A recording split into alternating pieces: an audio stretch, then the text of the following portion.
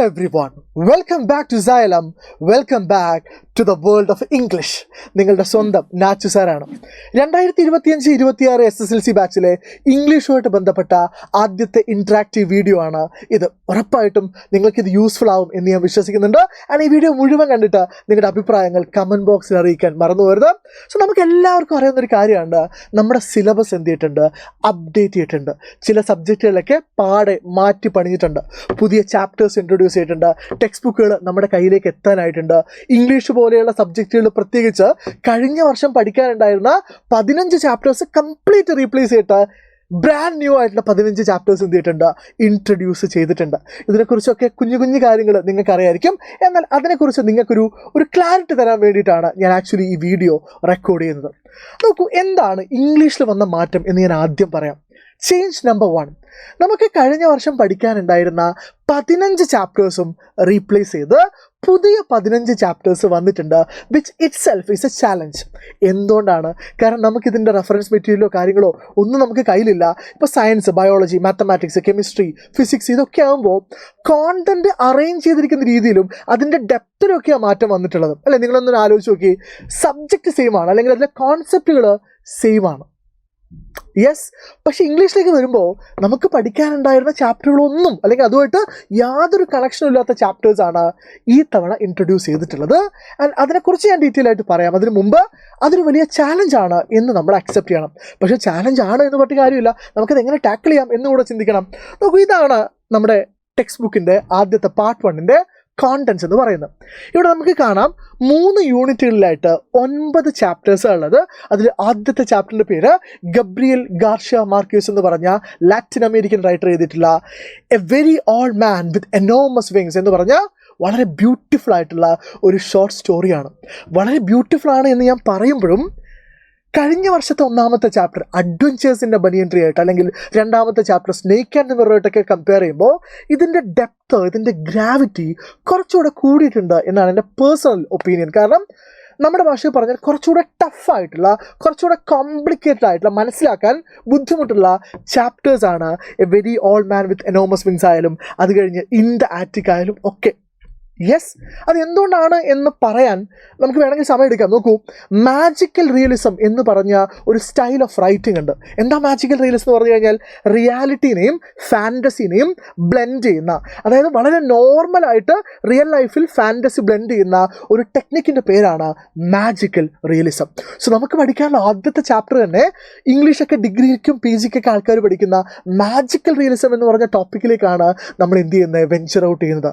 Which it self is very promising ആണ്. പക്ഷെ അതേ സമയത്ത് അവിടെ ഇവിടെയൊക്കെ നമുക്ക് ഇത് വായിച്ച് മനസ്സിലാക്കി എടുക്കാനുള്ള, എന്താ അവർ ഉദ്ദേശിച്ചെന്ന് അറിയാനുള്ള ഒരു ചെറിയ ബുദ്ധിമുട്ടുണ്ടാവാൻ സാധ്യതയുണ്ട്.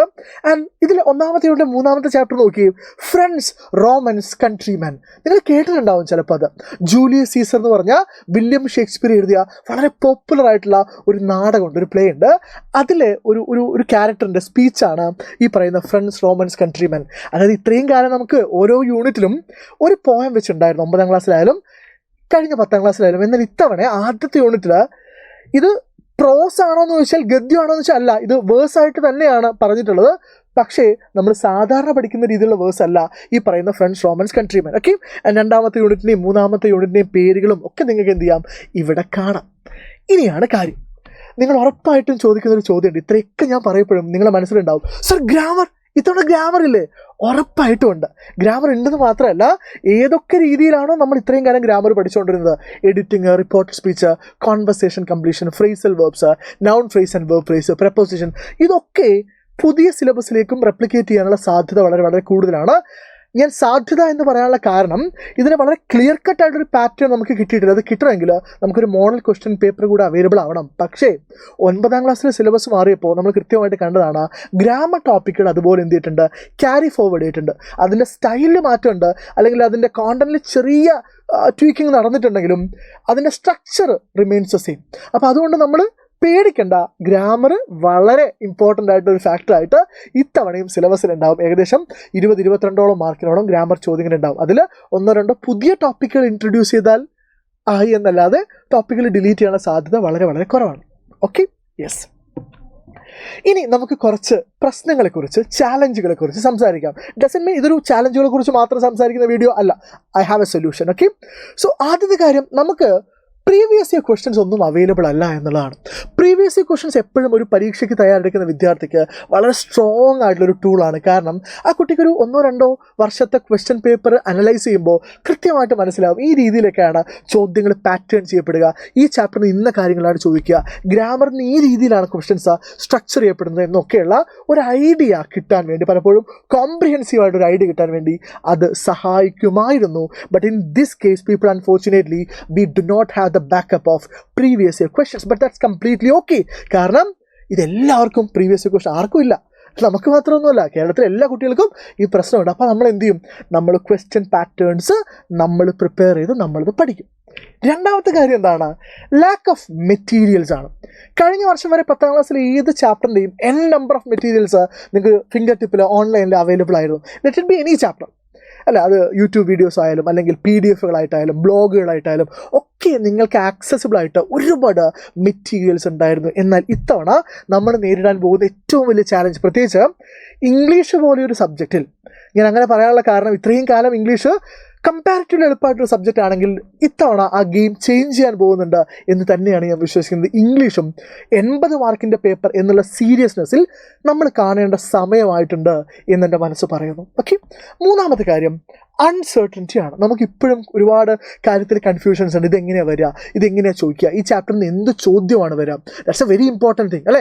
കഴിഞ്ഞ തവണ നമുക്ക് അഡ്വഞ്ചേഴ്സിൻ്റെ പനിയൻറ്റ് അല്ലെങ്കിൽ പ്രൊജക്ട് ടൈഗർ അല്ലെങ്കിൽ the best investment I ever made പഠിപ്പിക്കുമ്പോൾ നമുക്ക് കൃത്യമായിട്ട് അറിയാം ഈ ചാപ്റ്ററിൽ ഇന്ന ചോദ്യങ്ങളൊക്കെയാണ് വരിക, ഇന്ന ക്യാരക്ടർ സ്കെച്ചാണ് ചോദിക്കുക, ഇന്ന ഡയറിയാണ് ചോദിക്കുക, ഇന്ന നറേഷനാണ് ചോദിക്കുക, ഇന്ന റൈറ്റപ്പാണ് ചോദിക്കുക. Why? Because we had previous year questions. But this time around നമുക്ക് ഒരുപാട് കൺഫ്യൂഷൻസ് ഉണ്ട്. ഒരു ചാപ്റ്റർ എങ്ങനെയാണ് പഠിക്കേണ്ടത് എന്ന് പോലും നമുക്ക് കൺഫ്യൂഷൻസ് ഉണ്ട്. സ്വാഭാവികമായിട്ടും ഇംഗ്ലീഷിൽ അല്ലെങ്കിൽ ഹിന്ദിയിൽ മലയാളം പോലെയുള്ള കംപ്ലീറ്റ് സിലബസ് മാറിയ സബ്ജക്റ്റിൽ ഈ അൺസർട്ടനിറ്റിയുടെ ഇൻറ്റൻസിറ്റി കുറച്ചുകൂടെ കൂടുതലാണ് എന്നാണ് ഞാൻ മനസ്സിലാക്കുന്നത്.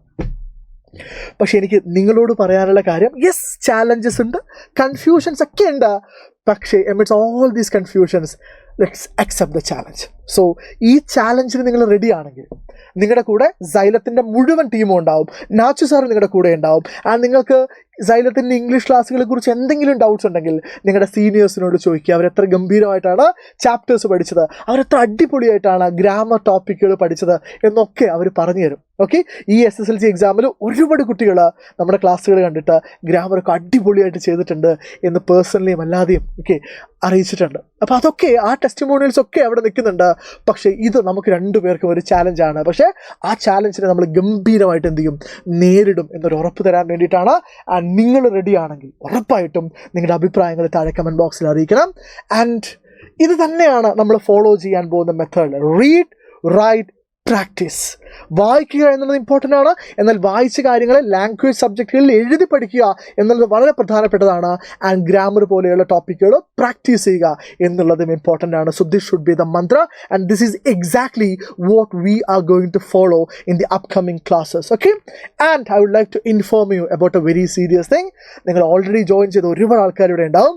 സൈലത്തിൻ്റെ 10ാം ക്ലാസ്സുകാർക്ക് വേണ്ടിയുള്ള എക്സ്ക്ലൂസീവ് ബാച്ച് ആയിട്ടുള്ള അസ്ത്രയെക്കുറിച്ചാണ്. നിങ്ങൾക്ക് എല്ലാവർക്കും അറിയാവുന്ന കാര്യമാണ്. അസ്ത്രയിൽ നമ്മുടെ ക്ലാസ്സുകൾ സ്റ്റാർട്ട് ചെയ്ത്, അതായത് 9ാം ക്ലാസ് കഴിഞ്ഞ് വിത്തിൻ 1 മന്തിനുള്ളിൽ 10,000-ലധികം കുട്ടികളാണ് അഡ്മിഷൻ എടുത്തിട്ടുള്ളത്. So you heard me right, yes 10,000 students already admission എടുത്തിട്ടുണ്ട്. ഓക്കെ, ഇനി നിങ്ങൾ ചെയ്യേണ്ട കാര്യം എന്താണ്? നിങ്ങൾ മാക്സിമം ആളുകളിലേക്ക് അസ്ത്രയെക്കുറിച്ചും അതിൻ്റെ ഫീച്ചേഴ്സിനെ കുറിച്ചും ഒക്കെ നിങ്ങൾ എത്തിക്കുക. ആൻഡ് നിങ്ങൾ if you haven't already joined, നിങ്ങൾ എന്ത് ചെയ്യുക, നിങ്ങൾ ഏറ്റവും അടുത്ത സമയത്ത് തന്നെ അസ്ത്രയിൽ ജോയിൻ ചെയ്യാൻ വേണ്ടി ശ്രമിക്കുക. മുഴുവൻ കാര്യങ്ങളും അടിപൊളിയായിട്ട് നമ്മൾ പഠിക്കും. പ്രീവിയസ് ഇയർ ക്വസ്റ്റൻ ഇല്ലാത്തതോ അല്ലെങ്കിൽ ആ പറയുന്ന അൺസർട്ടനിറ്റിയുടോ ഒരു പ്രശ്നവും നമുക്ക് വരാൻ പോകുന്നില്ല. നമ്മൾ ഈ കാര്യങ്ങളൊക്കെ ചിരിച്ചുകൊണ്ട് കോൺഫിഡൻ്റ് ആയിട്ട് നേരിടും. So until we see next time, this is Nasar Faruddin, നിങ്ങളുടെ സ്വന്തം Nachu sir, signing off from Xylem learning. Happy learning everybody.